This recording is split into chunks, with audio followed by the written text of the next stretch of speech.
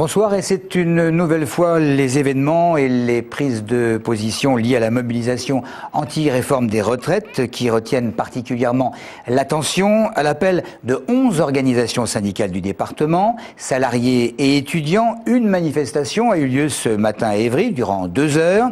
Objectif, maintenir la pression avant une nouvelle journée d'action la semaine prochaine. Virginia Forgac. Ils sont environ 700 salariés, lycéens, publics, privés à défiler dans les rues d'Évry à l'appel de toutes les organisations syndicales du département, avec un service d'ordre digne des manifestations parisiennes. On savait donc qu'il y avait les jeunes de lycée de Corbeil et de Savigny-sur-Orge qui devaient venir, donc on a préféré les encadrer plus fortement pour pas qu'il y ait de débordement et qu'il n'y ait pas de problème de casseurs qui se glissent dans la manifestation. Des lycéens bien présents dans la rue et qui n'ont qu'une idée en tête, se faire entendre.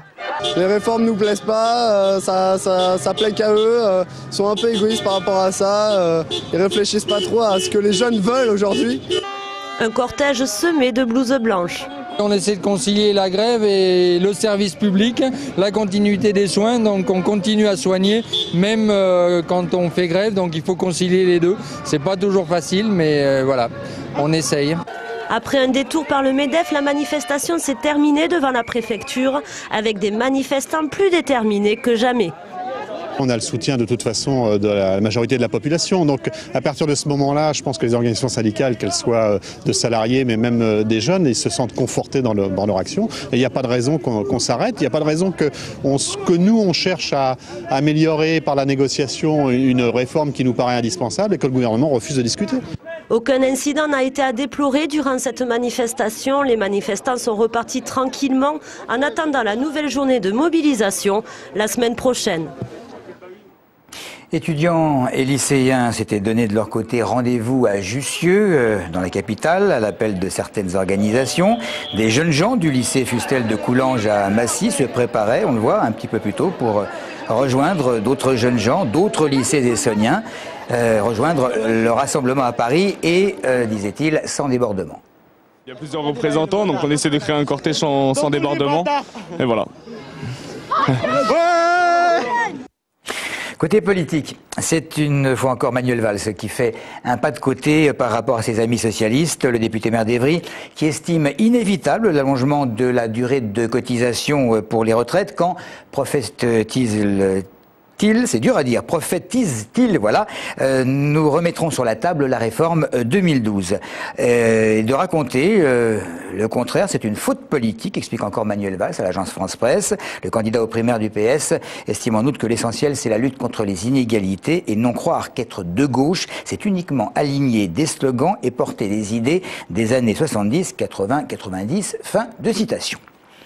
Cela dit, slogan ou pas slogan, les diverses manifestations et grèves ne sont pas du tout appréciées du côté des entreprises. La pénurie d'essence commence à provoquer des problèmes pour livrer, se faire livrer. Le transport des marchandises devient de plus en plus difficile. Les entreprises de travaux publics peinent, par exemple, à se réapprovisionner en matières premières. Et certaines sociétés commencent à mettre leurs salariés en chômage technique, ce qui pousse le président de la Chambre de commerce à taper du poing sur la table. Gérard Ruot.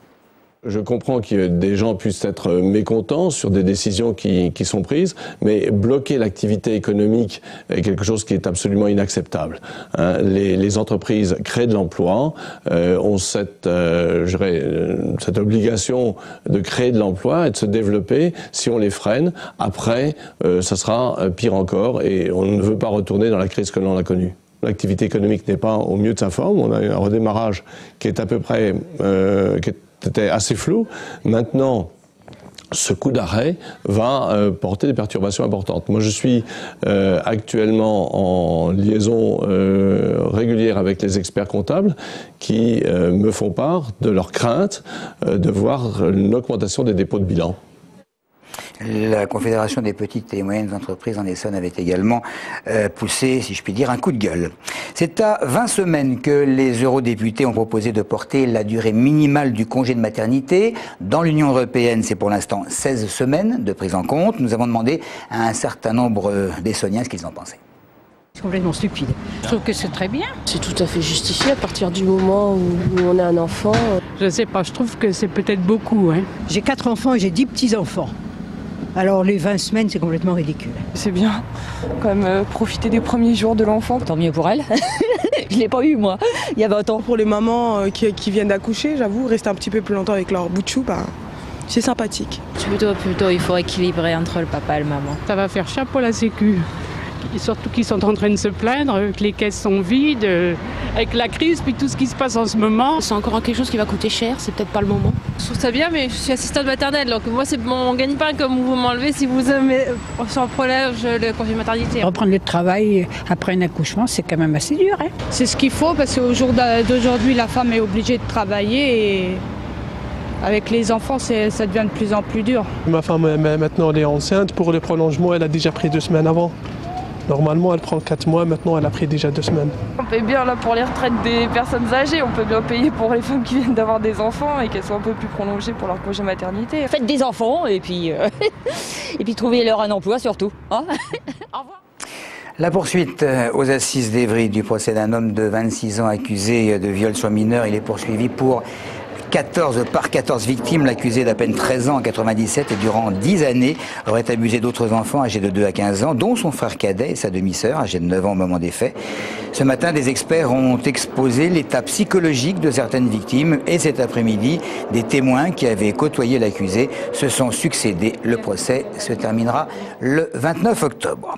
François Lamy semble avoir du mal à faire l'unanimité auprès de 10 villes qui composent la communauté d'agglomération du plateau de Saclay pour être mandaté et donc négocier avec l'État. Il y a du tirage avec Jean-François Vigier, le maire de Bure-sur-Yvette, et le président de la CAPS, qui a recueilli 6 votes pour sa motion sur les 10 villes qui composent justement la communauté d'agglomération.